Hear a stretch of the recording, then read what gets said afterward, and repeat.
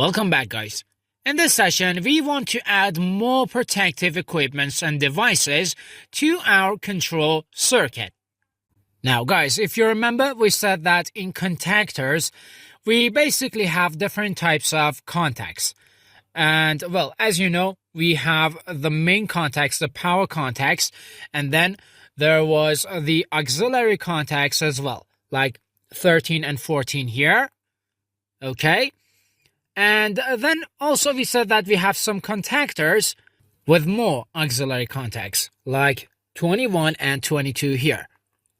Now again, if you remember, we would have called this contact normal open, and this one normal close.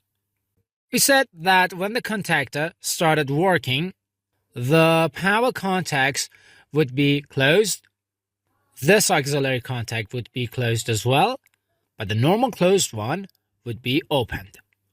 Now, what we want to do here would be using this contact, this normal closed contact, in a forward-reverse motor circuit. Okay, so this would be our purpose today. Let's see how.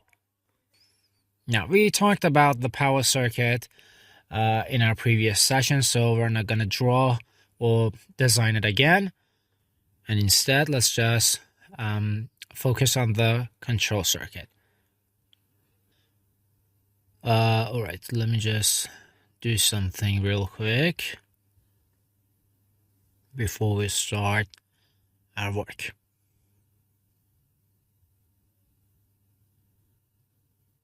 All right, so we're basically going to use the same control circuit as before.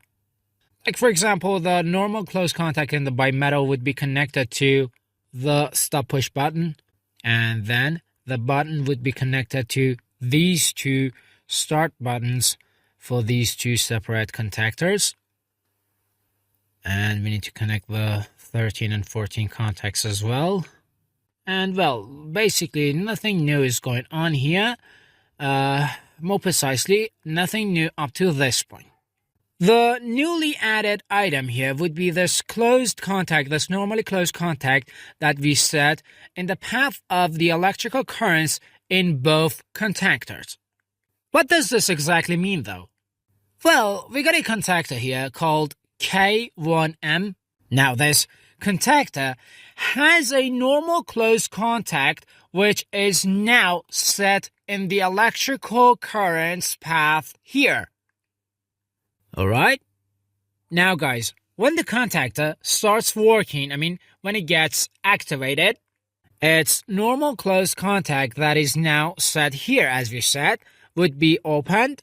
And this means that from now on, we cannot use this push button here, this start push button, to convert our motor into a reverse motor.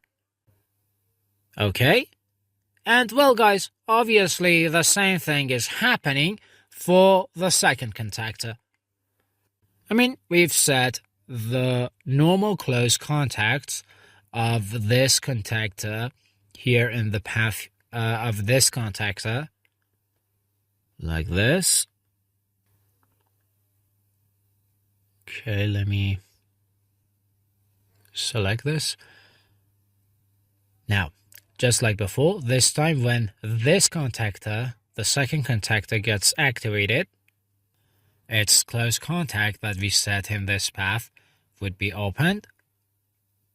And again, just like before, from now on we won't be able to use this start push button to activate the second contactor, which is actually the forward contactor. Somehow the close contact here prevents you from doing that. And, well, obviously the same thing is happening in the other one. Alright, overall, guys, this is what I meant by adding more protective equipments and devices to our control circuit.